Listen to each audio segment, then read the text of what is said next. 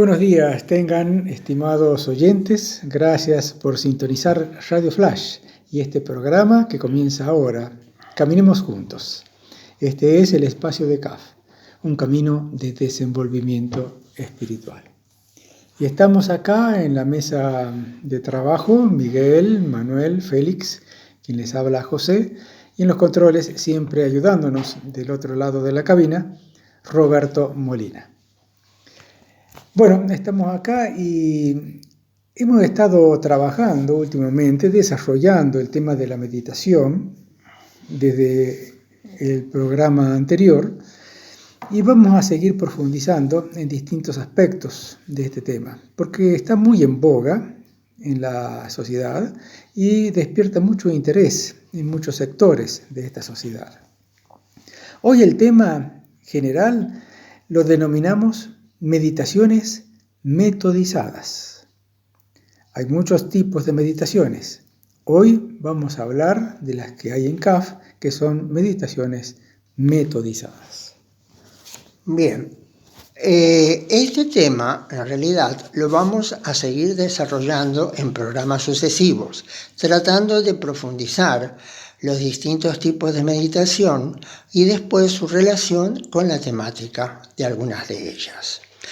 Los ejercicios de meditación en CAF son la meditación discursiva, la meditación afectiva, la meditación potencial, la meditación sensitiva y la concentración.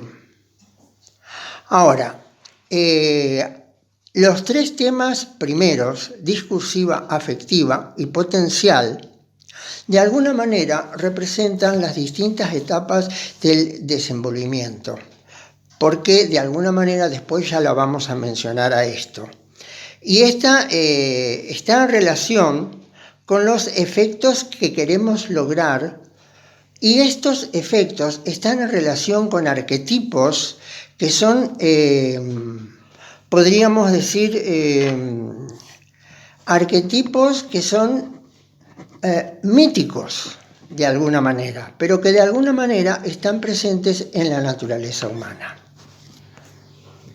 Sí, ahí se mencionó los 5 tipos de meditación: discursiva, afectiva, potencial, sensitiva y la concentración. 5 tipos de formas de manejar la mente, diría yo, porque cuando uno hace una meditación es porque quiere dominar la mente, de algún modo, encauzarla hacia donde uno quiere ponerla, y para eso hay un método. Así como hay un método para hacer gimnasia, para enderezar la columna, para reducir la barriga o todas esas cosas, también hay un método, o hay muchos métodos, para sistematizar el trabajo con la mente. En CAF, esos 5 tipos de meditación se llaman metodizadas porque tienen un método. Es el trabajo de la mente sobre sí misma. Yo conozco algunas meditaciones muy sencillas que he visto en internet, no conozco mucho, pero sí esas meditaciones más básicas, como son el prestar atención solamente a la respiración, prestar atención manteniendo silencio y escuchar o sentir los latidos del corazón. Otra que es simplemente poner o intentar poner la mente en blanco o en silencio, en detención, para percibir un estado interior de serenidad, de ausencia de sentidos y de toda información externa a nosotros. Bueno, son meditaciones que he visto que se usan mucho, pero que no son las que vamos a tratar ahora. Las metodizadas es porque tiene un método. Por ejemplo, la meditación discursiva cuenta con 3 pasos. Además de que uno tiene que sentarse, mantener una posición erguida, tener un lugar de silencio y en lo posible no tener alteraciones, no tener interrupciones con el exterior, tiene un método esta forma de meditar. y así otras formas también. Y dentro de ese método también están lo que se denominó antes, lo que se contó antes, los temas de meditación, que no son las ideas sobre las que vamos a meditar, sino los temas que son como simbologías que hay universales por donde el alma entra a comprender la evolución, el camino de desenvolvimiento espiritual a través de todas las etapas, desde lo más bajo hasta la unión divina. Si podemos ver la meditación, los distintos tipos de meditación, como herramientas o quizás también como vehículos. Es decir, ¿a dónde quiero ir? ¿A dónde quiero llegar? ¿Hacia dónde voy? ¿Hacia dónde estoy apuntando? ¿Qué es lo que quiero lograr?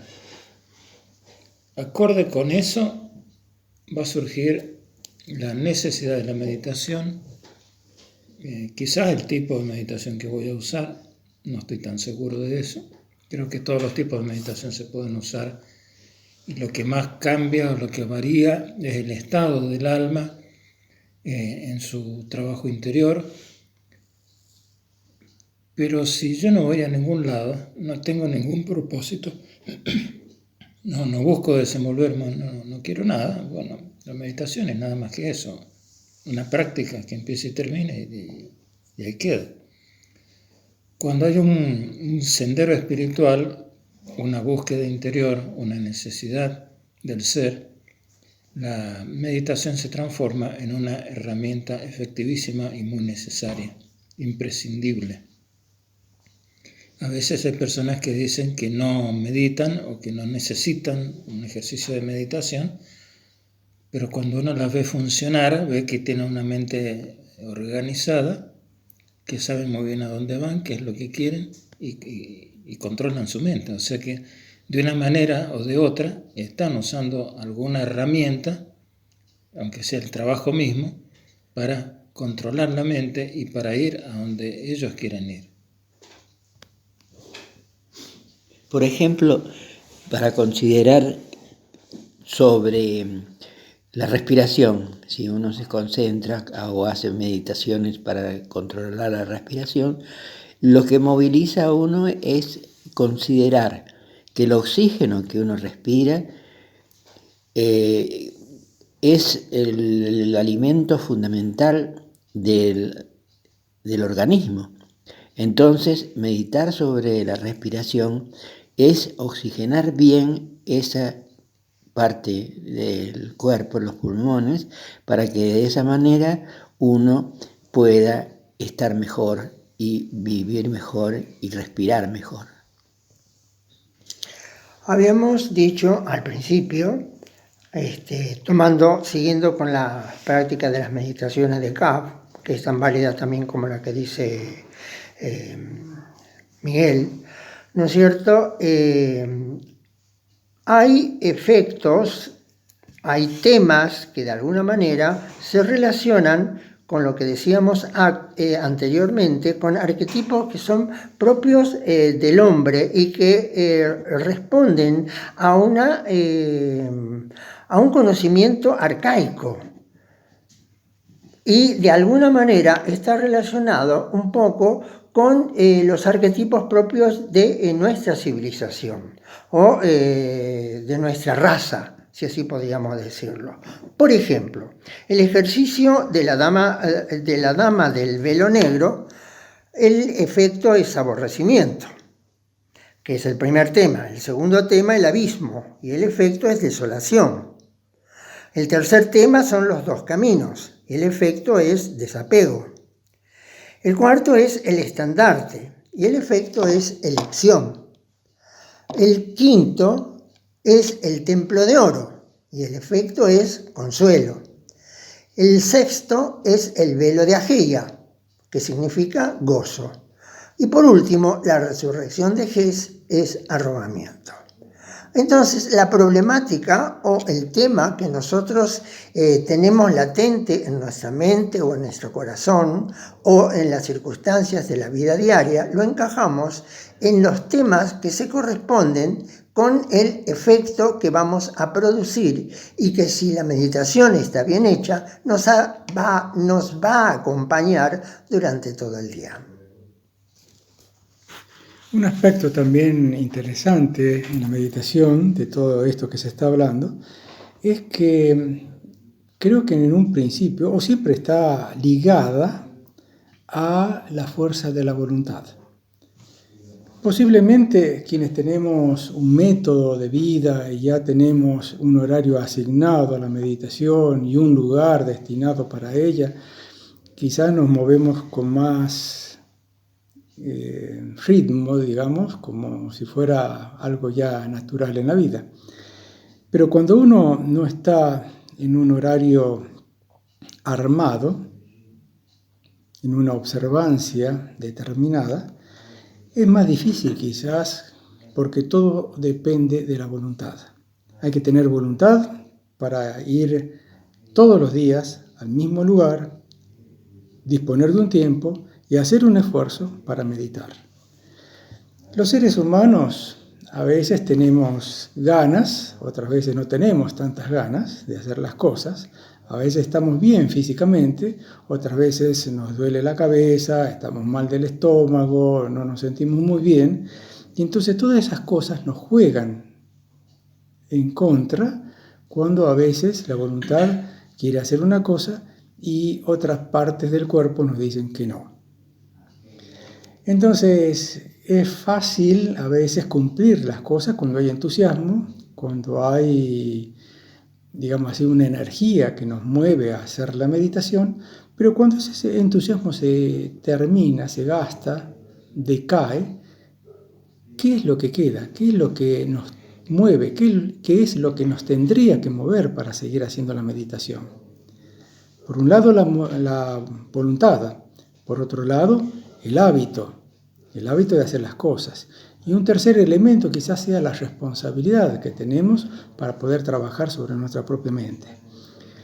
Es decir, todo este juego que hay dentro del organismo, dentro de nuestra mente, es importante detectarlo, porque cuando vamos a meditar tenemos que ir enriqueciendo esas herramientas, esas fuerzas, para que después podamos seguir adelante. Por ejemplo, un tema que puede ayudar para esto que estaba diciendo recién José, es el recuerdo de la muerte. No como una cuestión catastrófica, simplemente como una herramienta, como un elemento que nos ayude a priorizar las cosas. En un día común y corriente, en un día en que todo, digamos, no sé si van bien las cosas, a lo mejor es una hecatombe, pero me siento bien, tengo fuerza, absorbo las diferencias, hago los cambios que hay que hacer, enfrento las situaciones, bla, bla, bla, bla. Pero ¿qué ocurre o qué ocurriría si de pronto yo sé, o me dice un médico o un maestro, que me queda un tiempo X de vida, a mi parecer breve, corto? ¿Cuáles son mis prioridades? ¿Qué es lo que realmente vale la pena? Digamos, ganar una discusión, romper una relación, o aprender a convivir con las diferencias para el bien de todos, dejar que nazca y que brote el amor hacia todos los seres. ¿Qué es lo prioritario en mi vida? Si yo supiera que me quedan poco tiempo, no importa cuánto es eso, poco tiempo, no importa. Entonces, la meditación me puede ayudar a hacer todo un cuadro, toda una mentalización que me ayude a priorizar elementos de mi vida y que pueda decir, esto no lo necesito ni lo necesito más, y de esto otro no puedo prescindir. Entonces, es una de las tantas formas en que podemos usar esta herramienta de la meditación. Es decir, hay temas, hay un método, hay una estructura que hay que respetar, pero no son cosas fijas, no son cosas inamovibles. Es mejor aún, cada uno de nosotros, cada persona en el mundo, puede y debería adoptar para sí misma, según sus características, su momento en la vida, lo que le está pasando, lo que quiere superar, adaptar los ejercicios espirituales de acuerdo a todo eso. No es una regla fija a muerte. Son herramientas de trabajo que a uno le ayudan a desenvolverse. Hay que, dentro de las generalidades, de alguna manera algo ya había mencionado José, pero reiteramos, es importante para que la meditación sea efectiva en nosotros, como personas o como seres espirituales, es meditar todos los días. Y si es posible, meditar de día, a la mañana, al despertarse, antes de que nos absorban las tareas cotidianas, y por las noches, antes de entregarnos al sueño. Que sea siempre en el mismo lugar, eso ayuda. Ya José había dicho que tengamos un lugar apartado, donde estemos tranquilos, donde no nos molesten y podamos concentrarnos perfectamente. Y el otro aspecto es las posturas, es decir, cuál es la postura que tiene que tener el cuerpo. Ustedes ven cuando una persona está enojada y la leen en el rostro, ¿no es cierto? Cuando está alegre, también leen en el rostro y en el cuerpo.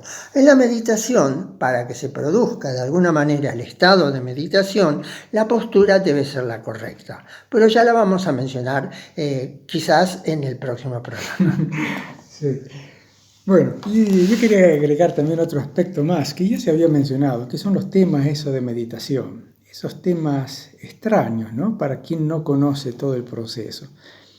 Un tema, la Dama del Velo Negro, el abismo, los dos caminos, el estandarte, el templo de oro, el velo de Ageia, la resurrección de Jes. Yo leí alguna vez en otros escritos de Kaf que esos temas de meditación no son arbitrarios, porque a alguien se le ocurrió ponerlos y quiso ponerlos así nomás, así porque sí. Parece que esos temas de meditación son símbolos, son como estructuras, son como, no me sale ahora la palabra, arquetipos, capaz esa es la palabra, arquetipos que están más allá de la mente humana. Parece que son símbolos universales. Son pasos por los que tiene que ir atravesando el alma y que están fijados, son 7. Por alguna razón están allí. Entonces, si bien uno no conoce en qué lugar, dónde se encuentran esos temas, por qué son así, quizás algunos sabios de la antigüedad han podido determinar que esos son los temas y que por ahí vamos en un molde a trabajar sobre cada aspecto del alma. Por eso los 7 temas nos pasean, si podemos decir así, nos pasean desde lo más bajo, los aspectos más bajos del ser humano, como la Dama del Velo Negro, hasta los más excelsos y elevados, como la resurrección de Jes. Esto quiere decir que los seres humanos tenemos todos esos aspectos oscuros y aspectos luminosos. Y sobre todos ellos, sobre cada uno de ellos, hay que trabajar. Porque a veces uno se inclina a trabajar solamente en los aspectos iluminativos, solamente para sentirse de un modo y evitar los otros. Hay que pasar y pasear por todos los temas de meditación. ¿Hay algo más? Sí, no, simplemente quería reiterar, como decía José, que estos son arquetipos de la raza y que de alguna manera los 7 temas representan el proceso de evolución del alma. Es decir, desde lo más grosero, ¿no es cierto?, hasta lo más sublime.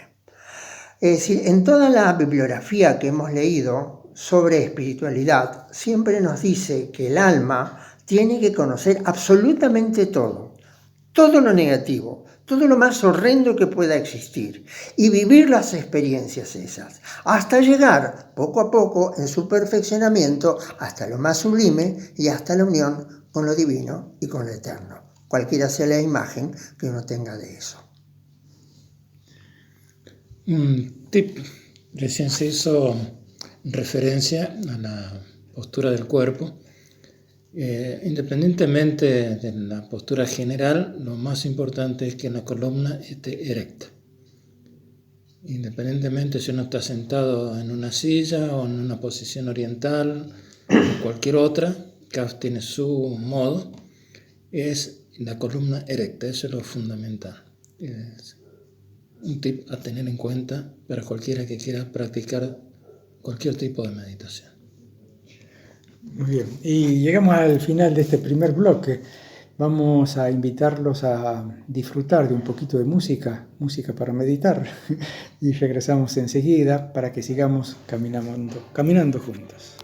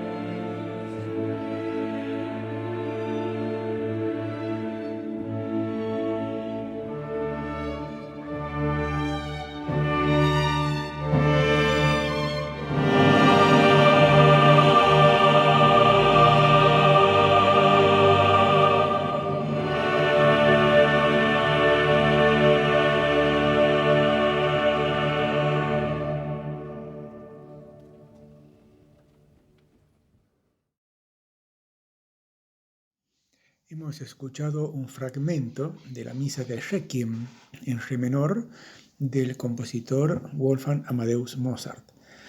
Este fragmento se denomina Lacrimosa. Las misas Requiem son un acto litúrgico católico celebrado tras el fallecimiento de una persona. Y esta misa, este Requiem, es la 19ª y última misa escrita por Mozart, que murió en 1791, antes de terminarla. El compositor y discípulo de Mozart, de Wolfgang Amadeus Mozart, el discípulo Franz Xaver Süssmayr, la finalizó. Y el propio autor ya enfermo, le dio numerosas indicaciones para hacerlo. A pesar de que no pudo ser terminada en su totalidad por el maestro austríaco, es considerada como una de las obras más trascendentales de Mozart. Como dijimos, Wolfgang Amadeus Mozart falleció antes de concluir la composición de esta obra. Hemos escuchado Lacrimosa del Requiem en re menor de Wolfgang Amadeus Mozart. Estamos en el programa Caminemos Juntos, un espacio de CAF, un camino de desenvolvimiento espiritual. Para escuchar en vivo a través de internet, poner en la barra de direcciones fm-medio-flash.com, todo con minúscula. Hacer clic donde dice en vivo. Para escuchar en diferido, poner en el buscador CAF Caminemos Juntos. Luego hacer clic en la solapa donde dice videos. Para informarse sobre el camino en la web, www.caf.org. O bien el correo para nosotros, los integrantes de la radio, infocaf@gmail.com. Los teléfonos, el fijo de la radio 03546 420 007 o bien el 15 53 81 09 o 15 53 81 12. Continuamos en el programa Caminemos Juntos. Este es el espacio de CAF, un camino de desenvolvimiento espiritual. En esta parte del programa siempre tenemos una entrevista y hoy tenemos la suerte de tener una comunicación a través de Zoom. Aquí en la pantalla está una señorita, digo señorita, es señora, pero es muy jovencita. Es Silvina Campos. Ella nos está recibiendo en Salta, está en este momento, Silvina. Buen día, Silvina, ¿cómo está usted? Buenos días, ¿cómo les va? Un gusto comunicarme. Sí, está en Salta, pero yo no voy a decir nada de qué es lo que hace, lo vamos a ir descubriendo a través de lo que nos vaya contando. Silvina, según nos contó así fuera de micrófonos, nació en Jujuy, en una población pequeña que creo que dijo San Martín, ¿es así? Sí, Libertador General San Martín. Libertador General San Martín. Nos dijo también que es famosa porque ahora sabemos que allí nació también el burrito Ortega. Exactamente. Bueno, Silvina, cuéntenos acá a los oyentes y a nosotros, ¿cómo fue esa niñez? ¿Cómo se inclinó por el estudio y por qué tenía tanto gusto por ir a la escuela? Bien. Cuando era niña, vivía en un barrio bastante carenciado, en una familia también con muchas carencias económicas, y yo recuerdo que me emocionaba mucho ir a la escuela. Para mí la escuela era un lugar seguro, un lugar en el que hacía cosas que me entusiasmaban, me divertían, compartía con pares y tenía mis maestras, las cuales eran para mí referentes. Yo veía que las maestras para mí tenían otra vida, no sé, y por ahí idealizaba o creía que yo también podía ser una maestra, quizás eran las ganas que tenía de cambiar mi realidad. Ya siendo tan chiquita yo me daba cuenta que tenía que de alguna manera cambiar mi realidad, no sé, pegarme, En ese caso, Silvina, cuando uno va a la escuela así tan pequeña, siendo una nena, le atrae todo, el estudio, el ambiente, las maestras, los compañeros, ¿es todo el ambiente lo que atrae o es el estudio lo que prima? Y particularmente a mí me entusiasmaba mucho el estudio porque descubría cosas, todo el tiempo era descubrir saberes, descubrir nuevas cosas, entonces me gustaba estudiar, así que sí, me iba bien en el colegio porque, estudiaba bastante, y mis padres además querían que estudiara mucho. Que eso ayuda también. Y bueno, y después, ¿cómo fue la elección de empezar a inclinarse por las matemáticas? me gustaba en particular, entre todo lo que aprendía, las matemáticas. Era como que me resultaba más fácil. Yo me daba cuenta que entre todas las materias que tenía era la que me causaba más gusto a la hora de sentarme a hacer las tareas. Pero ahí había otras que, si bien las hacía, obviamente, un poco porque obviamente mis padres me decían que tenía que estudiar, y otro poco porque sí, me interesaba. Pero bueno, cuando a uno algo le cuesta, como que por ahí se desanima un poco. Sin embargo, con las matemáticas era algo que me divertía, me entusiasmaba. Mira, qué bien. Generalmente pasa entre los chicos que la matemática, la física, las ciencias duras, que le llaman, son las más terribles, las que les causa miedo. ¿Usted ayudaba también con esa capacidad para las matemáticas? ¿Ayudaba a sus compañeritos? También los ayudaba. Pero ¿sabes qué creo yo en ese punto que usted acaba de decir? Que nosotros somos un poco responsables de eso, ¿no? De que los chicos por ahí se asusten con las matemáticas. Porque es como la cuestión va también cuando uno se las presenta distinto. Claro. Realmente lo que me ha pasado a mí en el secundario es que he tenido un profesor de matemáticas que me estimulaba mucho. Siempre él presentaba como cosas novedosas y me entusiasmaba y me hacía creer que yo era capaz de hacer bien las matemáticas. Daba confianza. Entonces, exactamente. Así que yo siempre comentaba de que para mí eso hizo la diferencia, tener ese profesor en el secundario que me presentara de manera distinta la matemática, ayudó a que yo luego continúe con mi carrera. Claro. Entonces, una vez terminado el secundario, eso fue también allí en ese pueblo General San Martín en Jujuy. Sí. Era, quiero aclarar también que era un colegio, según nos contó, dependiente de la empresa azucarera Ledesma y que estaba a cargo de unos hermanos maristas. Exactamente, los hermanos maristas. Ese era el colegio secundario privado. Sí, la Escuela Técnica de Ingeniero Herminia Ríos. Bien. Y usted estaba becada, ¿eh? Yo estaba becada por una profesora. Fui a rendir el examen de ingreso en ese colegio, se rinde, y son muchos los chicos que rinden. Y se preparan obviamente mucho para rendir el examen de ingreso. Y por supuesto no pueden entrar todos.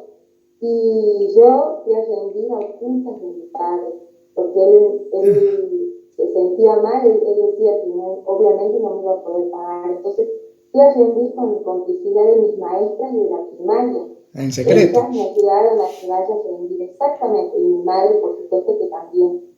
Y recuerdo una pequeña anécdota, si me permiten, que yo no tenía ni una escuadra para ir a rendir, y se rendía geometría. Entonces mi mamá fue a tocar puerta a puerta a los vecinos para que le prestaran una escuadra. Entonces, bueno, yo fui a rendir con los materiales que conseguimos y logré entrar muy bien entre los primeros puestos, lo cual fue una gran sorpresa, pero fue mucha ayuda de mis maestros. Y cuando entré al secundario, obviamente no tenía cómo pagar el secundario. Y entonces ellas mismas me ayudaron a conectarme con un concejal de ese pueblo y él se ofreció a pagarme el secundario. Pero sucedía que por ahí se atrasaban el pago de las cuotas y a mí en el colegio me reclamaban eso y yo tenía que ir a buscarlo, pasarme por ahí muchas horas esperándolo para recordarle que lo pague. Entonces mi padre no se sentía bien con esa situación. Y me dijo, bueno, hija, termina este año y el siguiente año vamos a buscar una escuela pública. Una maestra, una profesora del colegio, al ver mis calificaciones de ese primer año, me ofreció pagarme el resto del colegio, del secundario. Y así fue que terminé el secundario becada por esta maestra. Qué hermoso. Qué gesto. Claro, yo me imagino también la reacción de su papá cuando por secreto usted rinde y sale becado, ¿no? Sí, fue, no podía decirme que no. La emoción que debe haber tenido. No la podía retar. Yo creo que era una emoción y miedo de que por ahí yo estaba en un lugar que él por ahí sentía que yo podía estar expuesta, que no iba a poder él, no sé, por decirle, comprarme el calzado correspondiente, la ropa correspondiente. Claro, También su claro, sueldo notaba que estaba con mucho miedo. Bueno, sigamos un poquito la historia, Silvana. Sí. Silvina, perdón, Silvina. Sí. Termina la secundaria y Sí. después, ¿qué es lo que quiere estudiar? ¿Qué pasa allí? Allá, bueno, consigo una beca de la Fundación Retama para estudiar medicina en Tucumán. En Tucumán. Resulta que me preparé todas esas vacaciones de verano, desde que terminé el secundario, para rendir el examen, porque también se rinde un examen de ingreso. Me preparé con ayuda de unos profesores que también me colaboraron, porque obviamente yo no tenía dinero para pagarlo, entonces ellos, como ya tenía la beca, se ofrecieron a preparar. Me prepararon todas esas vacaciones de verano y 2 semanas antes de ir a rendir el examen, me angustié mucho y tuve que decirle a mis padres que yo no quería hacer medicina. Lo que a mí me entusiasmaba y me gustaba estudiar era matemáticas. Imagínense la situación en la que me puso mis padres, porque ellos obviamente estaban súper entusiasmados de que yo estudie medicina, y al tener esa beca era una gran oportunidad para mí, era mi puerta de entrada a la universidad, porque de otra manera no iba a poder hacer. Sí. Qué interesante allí, voy a hacer un comentario, qué interesante allí es la vocación precisa y concreta, cuando uno tiene que elegir una ciencia o la vocación por la matemática y no la medicina, porque se siente mal internamente, hay algo que le angustia, que produce una crisis y dice por acá no, y es no. Es increíble, ahí está revelada, digamos así, en relieve la vocación por la matemática. Fue muy difícil porque para mí era una gran oportunidad. Imagínense, era no ir a la universidad, porque si no tenía beca, claro, no iba a poder estudiar. Entonces, fue difícil. Sigamos adelante. ¿Y después qué pasa? ¿Qué sucede? Y allí, bueno, también gente del colegio, los hermanos maristas, me ofrecieron ayudarme económicamente y para darme algo de dinero mensual para que pudiera comer, transportarme aquí en Salta. Y en Salta conocí a una señora en uno de estos encuentros de católicos, conocí a una señora de Salta, una familia de acá de Salta, y me contacté con esa señora y le pregunté si ella podía hospedarme en su casa un tiempo hasta que yo resuelva dónde vivir. Y ella me ofreció sí, vivir con ella, porque ella vivía solita, ella era una señora mayor, una adulta mayor, y entonces yo le iba a hacer compañía también, así que nos íbamos a colaborar entre las dos. Ella me ofreció un lugar para vivir y yo le ofrecía mi compañía. Qué lindo, claro, una simbiosis, digamos. Exactamente, así que viví con ella y los hermanos me mandaron un dinero y con eso vivía acá en Salta, comencé la universidad, así que bueno, eso fue todo el primer año de universidad. De nuevo también ella me comentó que ya el siguiente año no iba a poder continuar ayudándome, también por cuestiones económicas y todo.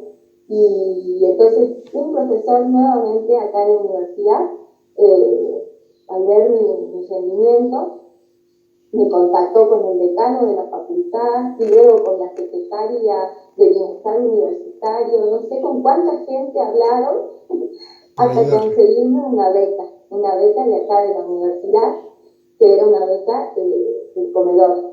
Y luego completé un formulario para pedir una beca nacional, que se da también para los estudiantes de la universidad. Y bueno, conseguí esa beca que me daba el gobierno nacional y también la beca de comedor. Y con esas dos cosas ya pude irme a alquilar y hacer el resto de mi carrera de grado aquí en la Universidad Nacional de Salta. Sí. ¿Una licenciatura fue allí en matemáticas? Licenciatura en matemáticas, eso es lo que tuve. Y bueno, y ahí después viene otro hecho más importante, también, otro hecho más, importante, que es que, no más importante que los anteriores, quiero decir, sino también importante. Otra de mis aventuras. Sí. Sucede, Conozco a Linda Sal. claro, contacta a una profesora universitaria de acá de Córdoba, que va a Salta, y la encuentra. ¿Cómo fue eso? Yo estaba ya terminando la carrera de grado y tenía que hacer mi test de licenciatura para recibirme. Ella viene a dar un curso aquí, en Salta, y yo hago ese curso. Y ahí hablo con ella y le pido que me dirija. Y ella muy, muy amablemente acepta dirigir mi tesis. Y así que a distancia, porque yo estaba acá y ella estaba allá, en Córdoba, bueno, no era la comunicación, no era lo que ahora. No estaba, sí, la videollamada. Claro, sí. Esto fue en el 2007 que estuvimos trabajando. 2007. El 2007. Y bueno, pero lo logramos y ella fue mi directora de tesis y bueno, una vez que me recibí, ella misma me contactó para conseguir otra beca, una beca para irme a hacer un doctorado en Córdoba. Doctorado en matemáticas en la FAMAC, la Facultad de Matemáticas, Astronomía y Física, que está en la Universidad Nacional de Córdoba. Bien. ¿Cuánto tiempo estuvo acá en Córdoba, capital? 5 años. 5 años estuve en Córdoba. Son los 5 años que me dura la beca y son los 5 años que por lo general dura el doctorado. ¿Cuál fue la especialidad de ese doctorado?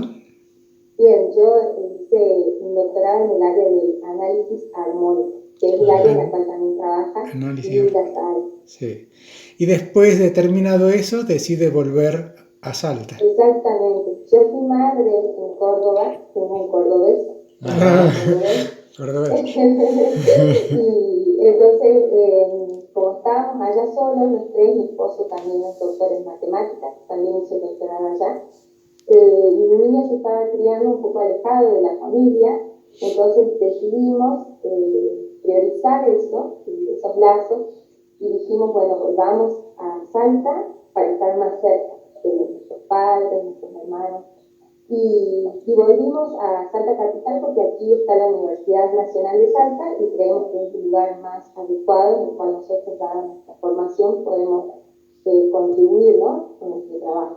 Sí, hay un comentario que me gustaría hacer y es que es todas las personas, las almas que contribuyeron y ayudaron en toda la trayectoria de esos estudios, desde su mamá, desde las maestras y maestros de matemática de la primaria, en la secundaria, el trabajo y la ayuda con las becas, en la licenciatura en Salta, el doctorado acá en Córdoba y nuevamente allá en Salta. Es como que en esa carrera hay muchas personas que contribuyen, incluso aquella señora que le da alojamiento y le ayuda a estar en su casa. Entonces, ¿cómo se siente una persona que ha pasado por todo eso y que es como una devolución, pienso yo, que también volver a su lugar, a su región, digamos así, y contribuir con sus conocimientos? ¿Cómo lo siente? Me siento sumamente agradecida con la vida que ha puesto esas personas en mi camino y han contribuido a lo que yo soy hoy en día profesionalmente, y siento un gran compromiso por hacer lo mismo por otros estudiantes, por otras personas. Claro. Particularmente en la universidad. Me siento sumamente comprometida con mi trabajo docente. Generalmente me invitan siempre a dar charlas a los ingresantes. Y a mí me gusta mucho contarles algunas pequeñas anécdotas que yo siento que les van a enseñar a ellos, les van a mostrar a ellos, como ustedes dicen, que hay personas reales que no son ni sobrenaturales ni nada, son personas comunes y corrientes como ellos que han podido lograr cosas importantes en su profesión. Entonces, yo creo que eso sirve para que ellos sepan que se puede, ¿no? Y siempre trato a mis estudiantes con mucho cariño, con mucho respeto. me gusta hacerles sentir que ellos son capaces, que pueden, y bueno, ofrecerme siempre porque yo he tenido mucha ayuda en la vida, así que debo ayudar también. Claro, así es. ¿Y qué materia está dando usted allí en la Universidad de Salta? Bien, en este momento estoy dando este primer cuatrimestre, doy análisis en varias variables para los chicos que estudian licenciatura en química, y también estoy dando análisis funcional para la gente que estudia, los profesionales que estudian la maestría en matemática aplicada. Así que doy un curso de grado y un curso de posgrado. Sí. Y en el segundo cuatrimestre, bueno, doy otras materias. Se va rotando acá de acuerdo a la necesidad. Claro. Bueno, ¿alguna otra cosa? Sí, realmente emociona, Silvina. Yo creo que es maravilloso lo que usted ha hecho, por supuesto, como se decía recién, con toda esa ayuda, pero detrás de todo eso está un querer muy profundo de la persona.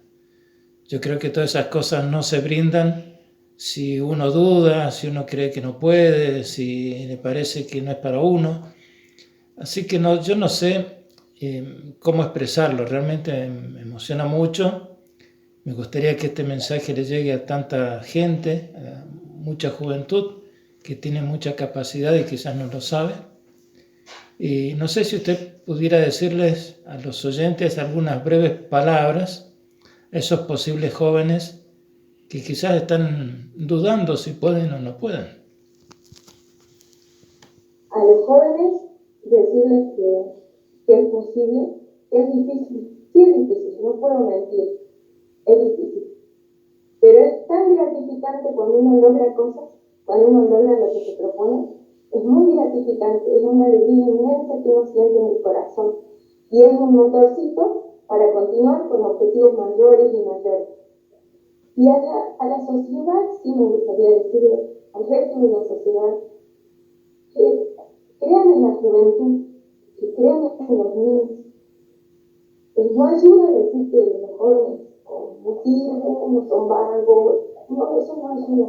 Crean, así como yo tuve esas personas que creyeron en mí, yo creo que si la sociedad crea un poquito más en la juventud, las cosas van a cambiar. ¿Sí? No pierdamos la fe en la juventud. La juventud puede estar confundida, puede tener, no sé, distintas cuestiones, pero si uno cree en alguien, no sabe lo que es para esa persona que recibe eso, si alguien cree en uno, lo que significa, lo que da bien. Claro que sí. Y lo que usted decía de que cuando esa fuerza de voluntad, es así, yo sí lo creo, porque desde que fui niña, siempre me dije a mí que yo podía algo más. Entonces, es un poco de uno y un poco lo que el contexto apoya. Exactamente. Bueno. Muchísimas gracias, Silvina. Gracias, Silvina. Un gran Realmente abrazo. ha sido muy lindo y Gracias. Ojalá que ese mensaje se transmita en todas las partes y bueno, sigamos construyendo este país y el mundo. Muchas gracias. Ahora vamos con Canción Jujeña.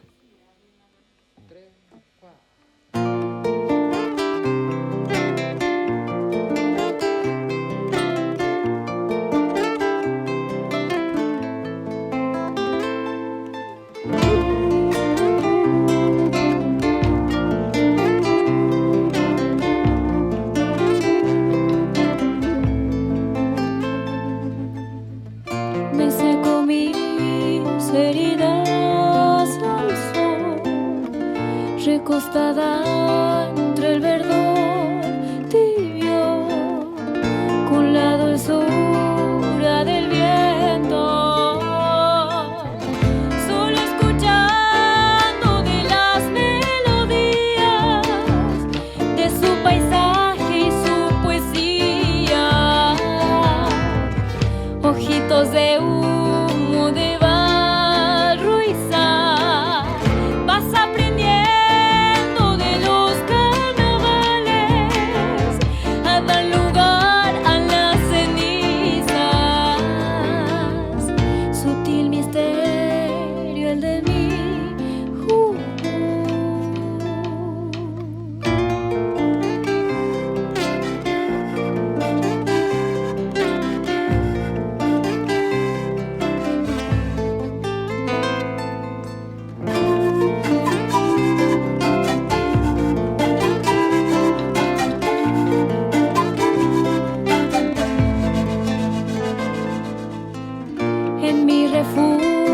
surgió la luz mayor, conmueve el canto de las aves, milagro de un nuevo día, frágil camino el de la mansedumbre, diamante fresco de costumbres, corazón puro, poco ya en flor, saboreando de la media luna, de su tristeza y su fortuna, sutil misterio el de mí. La la la la la la ya. La la la la la la ya.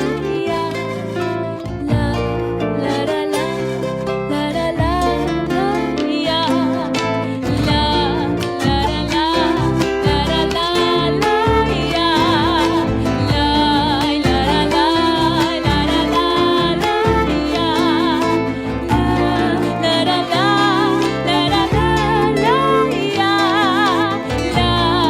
la la la la ya. La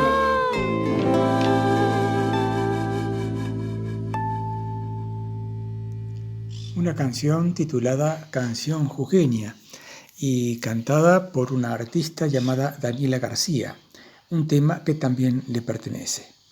Canción Jujeña. Bueno, continuamos con el programa Caminemos Juntos, un programa de CAF en Radio FM Flash 107.7.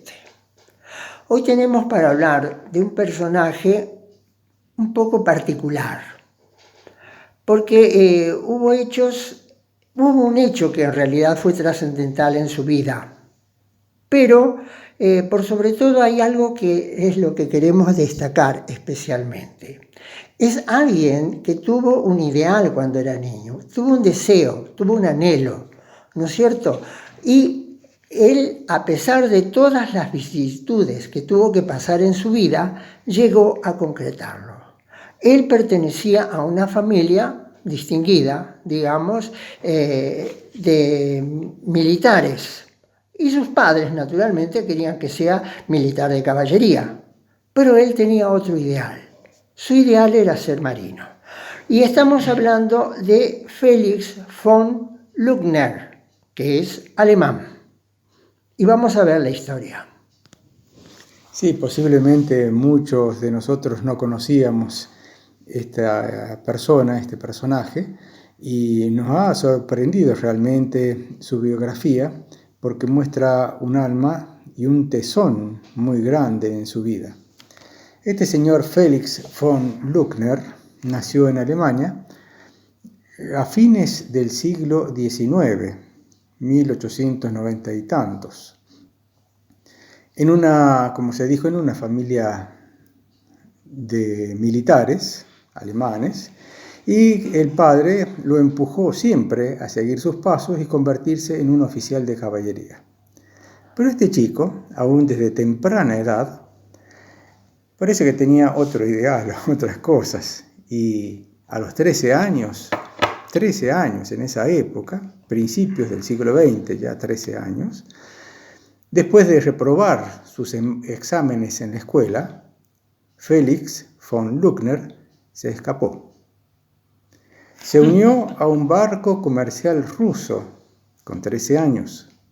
Navegó a Australia, donde se convirtió en un experto en muchos oficios. Estuvo 7 años dando vueltas, especialmente en Australia y con un barco en distintos lugares del planeta.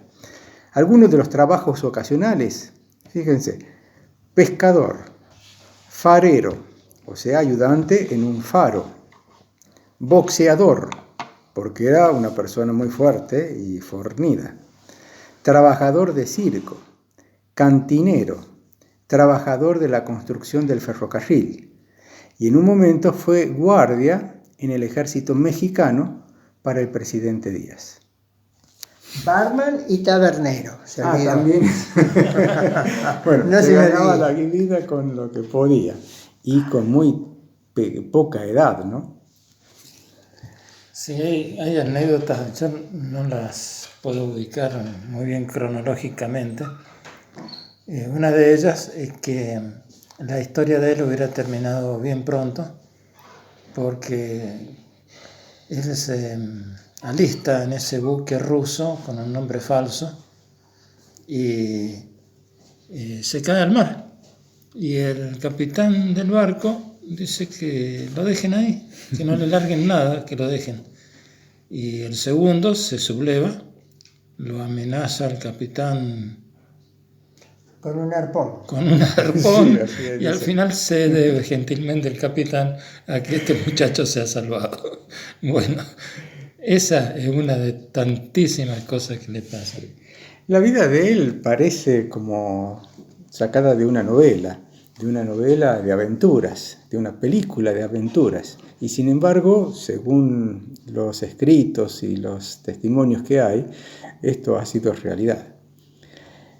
A la edad de 20 años, regresó a Alemania, después de dar todo ese periplo por el mundo. En algún momento también estuvo en Chile, y lo pusieron preso porque había sido acusado de robar cerdos. Sí, estuvo preso. Se quebró 2 piernas. También, sí.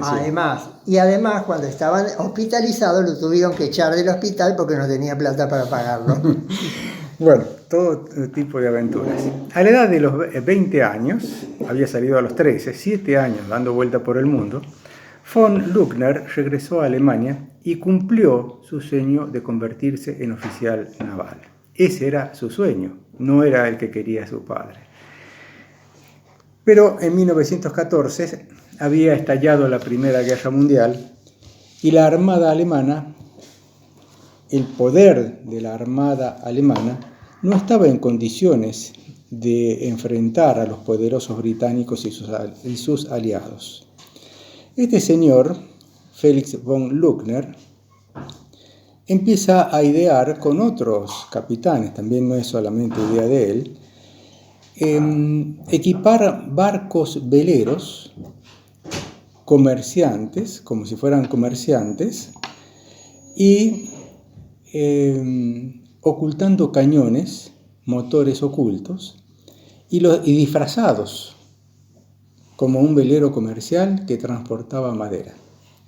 Con ese barco se acercaba, así dice la historia, se acercaba a los otros buques mercantiles o enemigos. Dice aquí que con la excusa de preguntar la hora, se acercaba y cuando estaba cerca de ellos, hacían 3 disparos de advertencia con sus cañones. Los buques eran abordados, tomaban todos los prisioneros que había en el buque, no mataban ninguno y el barco era hundido. Hay otro detalle. En realidad, toda la estrategia esta surge como consecuencia de que Alemania no estaba en condiciones de enfrentar las potencias militares de los germanos y de sus aliados.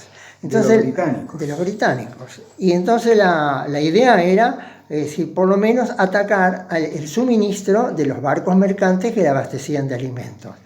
Y en realidad todos esos barcos fueron hundidos, hasta que surge este último que equipan especialmente, pero no había nadie de experiencia suficiente en la conducción de barcos grandes, porque este barco tenía 1.500 toneladas, era un barcazo impresionante, ¿no? Y así como lo decía José, estaba camuflado de tal manera que pasaba totalmente desapercibido. Y él hace algo muy especial. ¿Por qué? Porque él dota a ese buque, a ese barco, que era velas, de 400 literas para los prisioneros. Ya lo había pensado antes. Y además de camarotes especiales para los oficiales y para el capitán. Además tenía hasta un fonógrafo, libros y revistas para que lo pasaran bien. Él pensó en tratar bien a sus prisioneros. De ninguna manera tuvo otra intención. Hasta llegar al punto en que luego de cierta travesía, consigue un barco, los embarca en ellos, les paga el tiempo que él los tuvo prisioneros, los coloca en el barco y los manda de vuelta a su lugar de origen. Entonces, este es el elemento extraordinario. Por eso algunos, desde el principio, lo consideraban o como un héroe, o como un pirata, o como alguien que, o como un caballero, o como un noble. Es decir, depende del punto de vista digamos, del origen de la persona que lo calificaba, era la forma en que lo consideraba. Sí, así es. El artículo empieza de esa forma. Dependiendo de a quién le preguntes, Felix von Luckner era un noble, o era un caballero, o un pirata, o un héroe. Bueno, es realmente una persona destacable porque ha tenido un gran reconocimiento y un gran respeto y consideración para con todos sus prisioneros. Hacemos una pequeña pausa, disfrutamos la música y volvemos.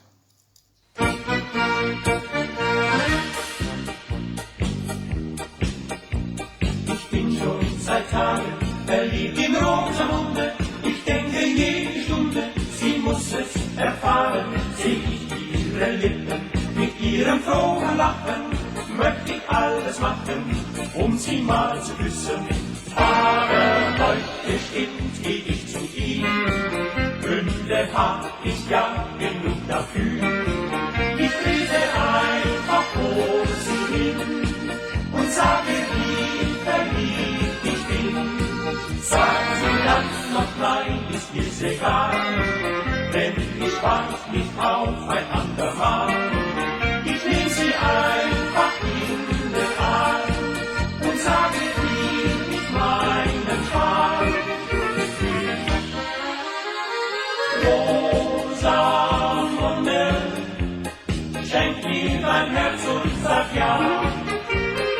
Rosamunde, frag doch nicht erst die Mama. Rosamunde, glaub mir, auch ich bin dir treu, denn zur Stunde Rosamunde ist mein Herz gerade noch frei.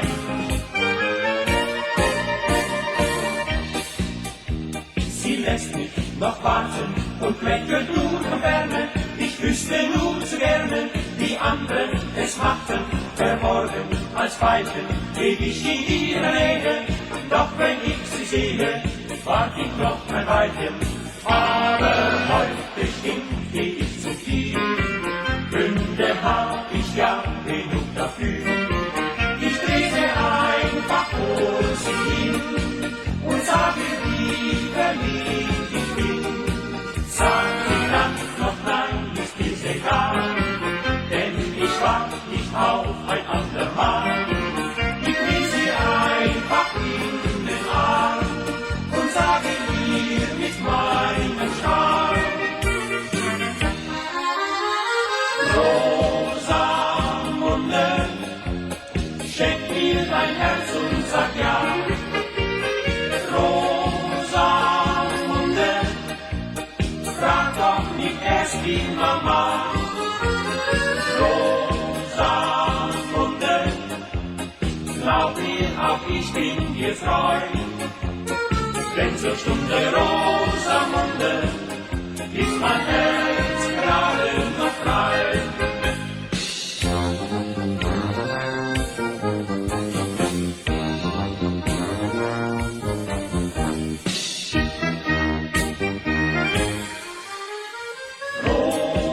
Rosamunde, schenk mir dein Herz und sag ja.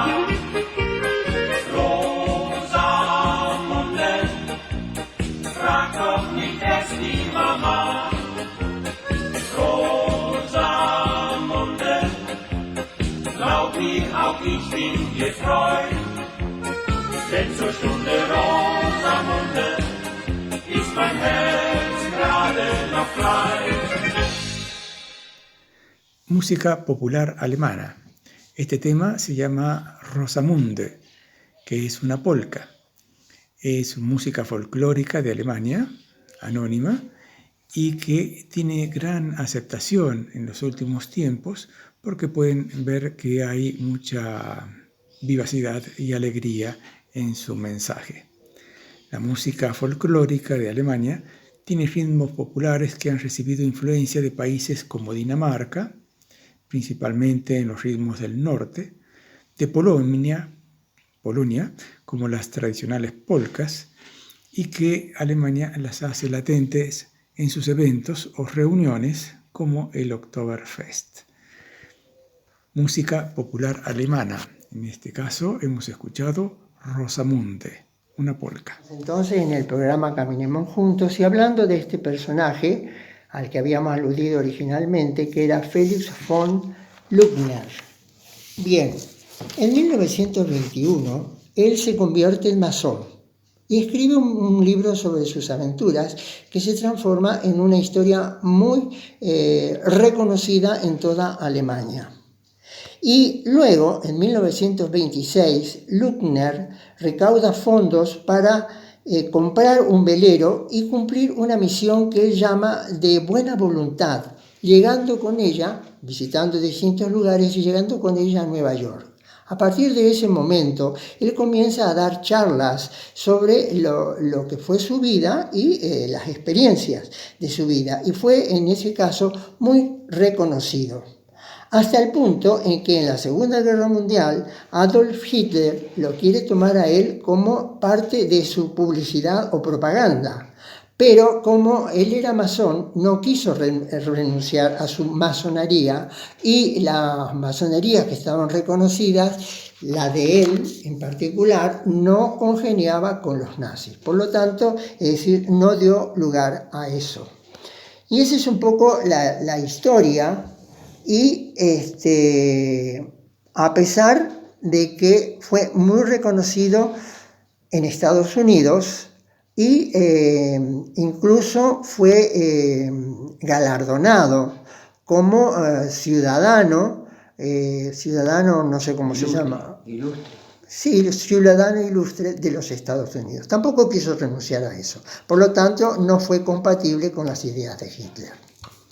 Y eso le costó que fuera sentenciado a muerte, cosa que no se cumplió, pero que ya no podía volver a su querida Alemania, por lo menos durante la guerra, ¿no?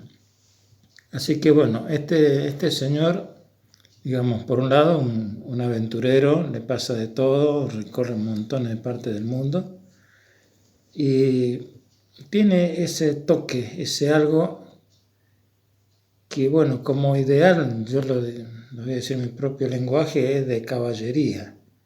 Es decir, esas cosas que uno lee en las aventuras, que uno no sabe hasta qué punto son reales o no, pero que forman el ideal de lo que era en su momento un caballero andante, un caballero que impartía justicia, que protegía a los desvalidos. Él estaba en guerra en ese momento, que hundía los barcos enemigos, pero no mataba a la gente. Su misión era hundir los barcos, dejar sin aprovisionamiento al enemigo.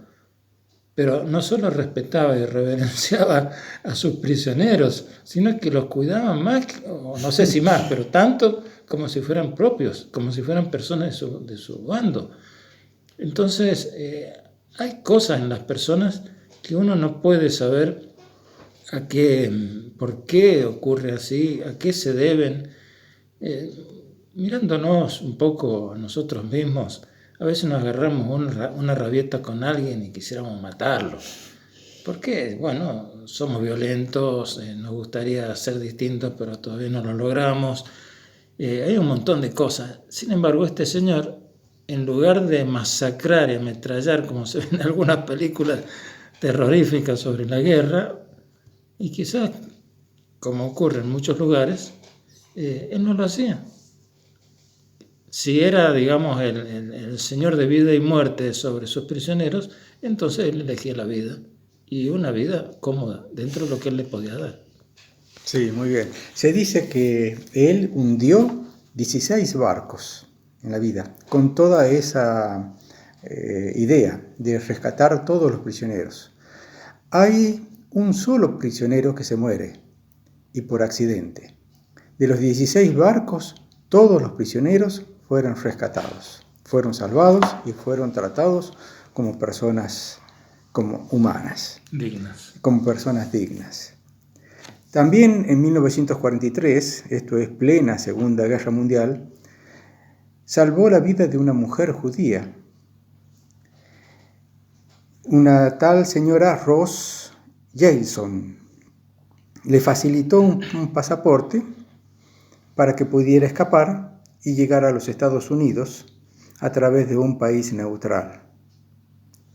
Al final de la guerra, el alcalde de Hull, donde vivía, le pidió a Luckner que negociara la rendición de la ciudad a las fuerzas estadounidenses. Los estadounidenses estaban invadiendo Alemania, entrando en Alemania, y este alcalde de esta localidad le pide a Luckner que negocie la rendición. Y esto hace él. Pero no regresó a la ciudad, a esa ciudad, porque después sabía que los nazis lo habían condenado a muerte. Hay una persona detrás de todo lo que es un militar, una persona noble, una persona humana, una persona que realmente quiere algo más allá de la guerra, a pesar de que él tiene que manejarse dentro de una guerra. Él, en realidad, dentro de todo eso, fue muy querido en Estados Unidos porque era un gran orador. Y primero exponía sus ideas en alemán y poco a poco las fue exponiendo en inglés. Entonces hablaba en inglés y en alemán. Al punto que el presidente de los Estados Unidos pide conocerlo. Pero él, por designio de su gobierno, se niega. Porque en realidad no había buen feeling, digamos, entre ambos países. Y por último, él después de la Segunda Guerra Mundial se muda a Suecia. Ahí se casa con una mujer, es su segunda esposa, y muere en una ciudad que se llama Malmö, también en Suecia, a los 84 años, en 1966. Muere en Suecia, pero su cuerpo fue devuelto a Alemania y fue enterrado en el Main cementerio, en un cementerio de Ohlsdorf, en Hamburgo. Y allí se les rinde aún homenajes. Bueno, creo que llegamos ya acá hasta el final del programa, y esperamos que les haya gustado esta historia. Una historia linda, conmueve y tiene en el fondo un gran tinte humano. Por eso la pusimos también en este programa, Caminemos Juntos. Nada más, nos vemos, queremos verlos o escucharlos, o que nos escuchen el próximo domingo a partir de las 9 horas, aquí, para que sigamos caminando juntos. Muchas gracias.